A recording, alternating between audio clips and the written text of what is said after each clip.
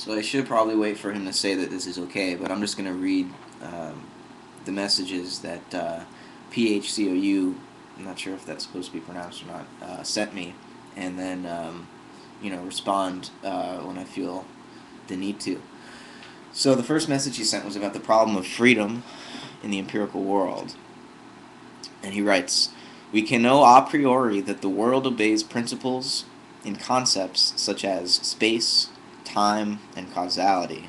The category of cause orders the empirical world in such a way that it leaves no room for the unconditioned. Yet, to think of ourselves as free is to think of ourselves under the aspect of agency, or in other words, not as an object obedient to causal laws, but as spontaneous." So,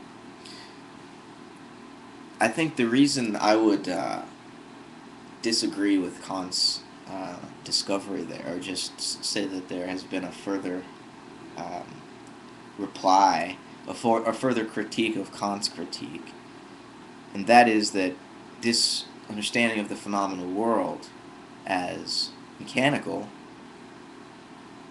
was not something that even Kant was willing to attribute to living organisms. He was attributing that to Newton's matter. Um, but Kant himself wrote in the Critique of Judgment that there was no way to account for the organization of living beings in terms of a mechanism of some kind, because a mechanism has parts which are only accidentally related to one another, but an organism has parts which are essentially related to one another. In other words, they come together to form a whole, a larger idea. And so organisms, for Kant, aren't really part of the phenomenal world. Organisms display some degree of autonomy, of creativity. They are creatures. They self-organize. So I think once we realize that Newton's universe, or, it's not even just Newton, Leibniz actually criticized Newton for not having a completely mechanical universe. Newton thought that the force which put anything into motion would have to be inserted from outside by God. Leibniz was actually the one that devised a physics entirely absent the hand of God, which just went about its thing automatically like a clock. But anyways, just that modern materialist conception of the universe as atoms in the void determined by certain transcendental laws. That is an abstraction that never was true. It was theoretical, and it was very useful as a theoretical frame behind which we could interpret the world, but it is not the world. The world, as phcou went on to say in a later video, is being, and we're always already related to it, so there is no sense in which we could step outside it to know it objectively. The objective world is at best an intersubjective world. And it's not that I would want to reduce what we call the objective world to the subject. I'm just saying that there never was an object without a subject, just like there never will be a subject without an object. So these are part of one being, which is also a becoming. Later in his message, phcou writes about Plato. He says Plato's ideal city was the one molded around the participation in the ideas of justice, or Platonic forms, which lay behind and beyond any phenomenal world. The problem with such a blueprint for the city is well known, and is found in any empiricist argument against metaphysics. The realization of the just city is thus impossible. Plato makes a substitute for this by the creation of a city of laws, which, although poor as a substitute, is nonetheless a stable city, taking into account the world of phenomena and orders its subjects accordingly. See, I think when we see that, Plato understood time better than Aristotle did, but because Plato was aware that eternity was the source of everything. But what he didn't see um, was how time also develops. He thought we lived in a static cosmos, which was finished, when really it's a cosmogenesis.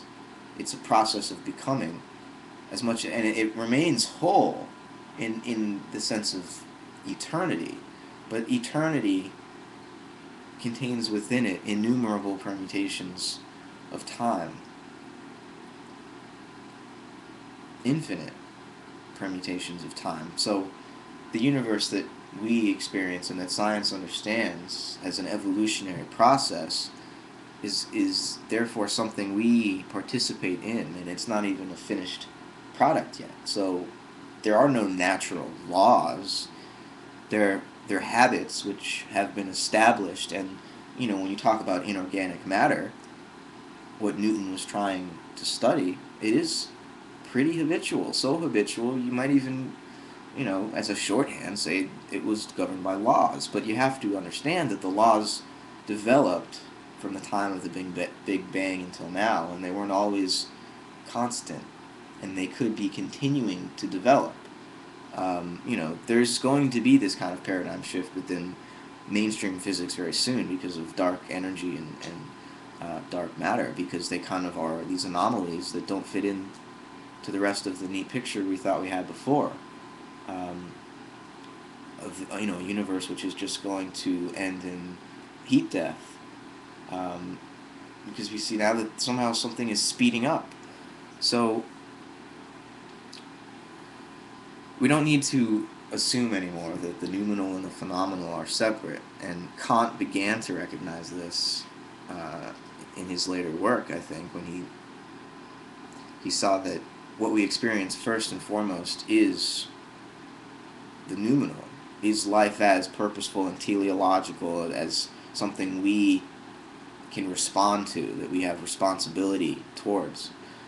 And this was always his moral philosophy, but he recognized that that was primordial, and that the abstraction was this material mechanical world of atoms and a void.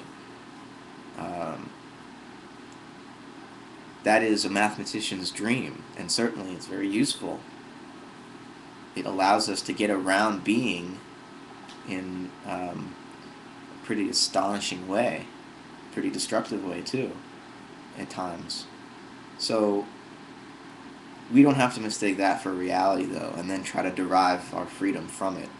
Try to explain consciousness based on mechanical laws. I mean, this is the hard problem of consciousness in the cognitive sciences, and it's almost it's an impossible problem. It can't be solved because you're framing the problem in such a way that these two substances, mind and matter, never could possibly interact. So if you take Darwin's theory of natural selection seriously, as well, not only seriously, but as the only mechanism guiding the whole of the evolution of the biosphere, then consciousness shouldn't even exist, because there's no way for it to be selected for. If the organism is determined by its environment, what need would it have of conscious awareness, of experience? There would be no way, no reason that we shouldn't just be zombies or machines.